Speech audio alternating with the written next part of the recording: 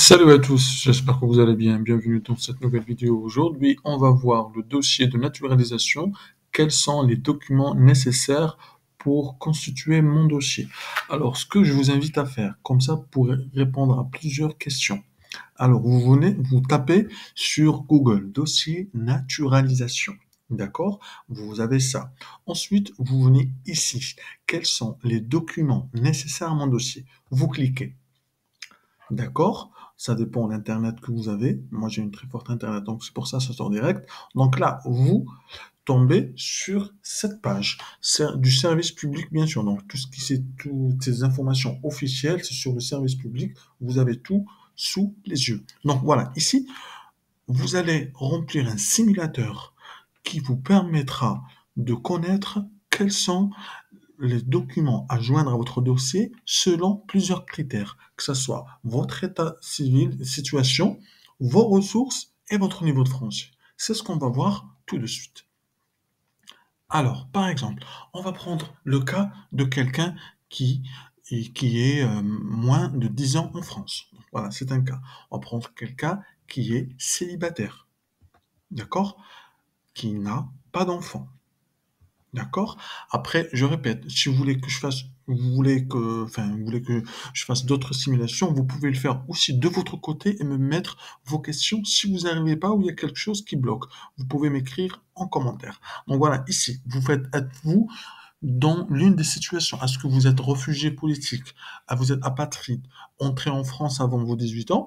Ou je ne suis dans aucune de ces situations? Si vous ne vous sentez pas concerné par ces trois, vous mettez ici. Voilà. Avez-vous fait changer votre nom? Si oui, tapez oui. Sinon, tapez non. On va toujours continuer par le même exemple et dire non. Voulez-vous faire une demande de changement de nom? Si c'est le cas, oui. Si c'est le cas, tapez non. On va dire non. On va prendre le cas d'exemple le plus simple pour que vous compreniez. Voilà. Vous êtes locataire, propriétaire, hébergé. On va prendre le cas simple, mettre locataire. Et on clique ici, suivant. D'accord? Voilà, tout à l'heure on était là dans la partie vous. Maintenant, on passe à la deuxième étape qui est vos ressources. Donc, votre situation professionnelle. Vous cliquez, vous êtes salarié, profession libérale, gérant, etc. Pour ceux qui me demandaient par rapport à leur situation d'entrepreneur ou de créateur d'entreprise, donc vous avez ici ou autre. D'accord? Il y a aussi autre si vous ne trouvez pas votre situation. Donc, moi, je vais prendre un cas basique. Voilà, salarié. Êtes-vous ancien combattant légionnaire? Si oui, oui. Sinon, non. On va dire non. On va rester dans la simplicité. Percevez-vous des prestations sociales? C'est-à-dire, est-ce que vous bénéficiez des APL, des allocations, chômage, des allocations de logement, en fait, tout type de prestations? Si oui, vous tapez oui. Sinon, vous tapez non. On va faire non. D'accord? Après, si vous voulez que je vous taille cette partie-là pour les prestations, n'hésitez pas à m'écrire en commentaire, s'il vous plaît, de cette vidéo. Et la like. Percevez-vous des revenus mobiliers ou immobiliers? Ça veut dire si vous avez des biens immobiliers ou pas. Donc, vous tapez non, on va toujours rester simple. Percevez-vous une pension ou une allocation en raison d'un handicap ou d'une invalidité? Si c'est votre cas, dites oui. Sinon, non. Voilà, on va toujours rester non. Êtes-vous à la charge de vos parents? C'est-à-dire, est-ce que vous êtes chez vos parents, et vos parents, c'est eux qui vous prennent en charge. Si on va prendre le cas, non. Donc là, suivant. Ensuite, on va maintenant à la partie votre niveau de français. Donc c'est là où on va chercher votre niveau d'intégration, votre niveau d'aptitude en termes de compétences linguistiques. Donc voilà, est-ce que vous savez parler français ou pas? Donc ici, vous avez directement la question, avez-vous fait des études et obtenu un diplôme? Si vous dites oui, ok, donc après il faudra voir les justificatifs. Sinon, voilà, on va mettre oui, d'accord? Avez-vous obtenu ce diplôme en France? On va dire oui. D'accord? Pour ceux qui ont étudié ici en France. Voilà, voilà. Maintenant, on va passer, une fois que vous avez tout fait, d'accord? Voilà, il y a aussi un truc auquel il faut faire attention. Attention, le simulateur ne vous concerne pas si vous demandez la nationalité par une autre procédure. Parce que, je répète, Ce document, voilà, il a été vérifié du 8 décembre avant de vous montrer les documents. Direction d'information légale et administration. Vous pouvez obtenir la nationalité française par naturalisation si vous remplissez certaines conditions. Ce simulateur établit la liste pour constituer votre dossier de demande de naturalisation.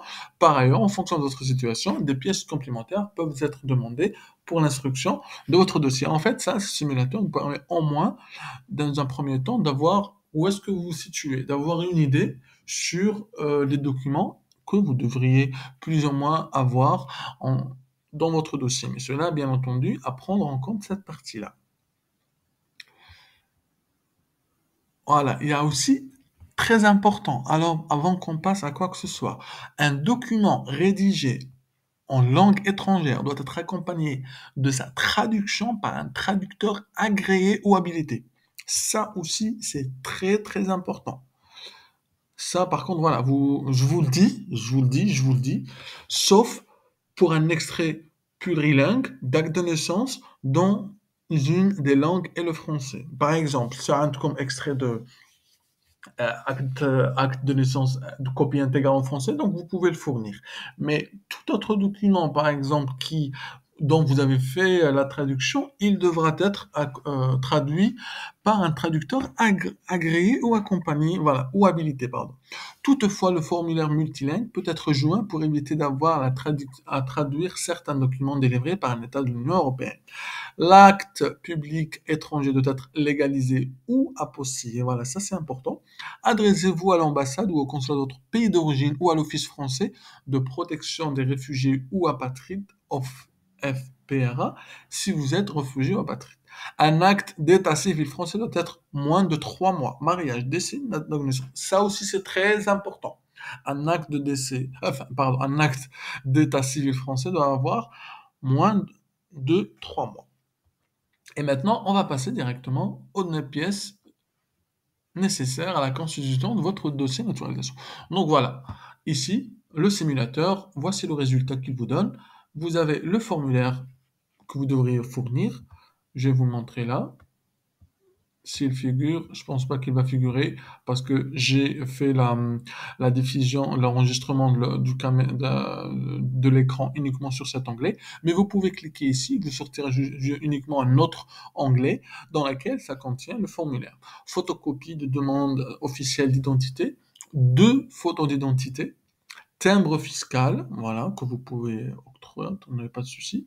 Copie de votre titre de séjour recto verso, l'original devra être présenté à l'entretien. Si vous faites la demande par courrier en France, voilà, une enveloppe timbrée à votre adresse, plus une lettre suivie, 500 grammes vierge. Ça, c'est très important. En fait, ce que vous devriez faire, c'est suivre ce qui est demandé. Arrêtez de dire non, peut-être ça va pas, je vais pas mettre ça. Suivez ce qui est indiqué. Et je vous invite aussi surtout à suivre l'ordre dans lequel cela est fait. Donc voilà, j'espère que ça a été bien et n'hésitez pas à me contacter pour plus d'informations.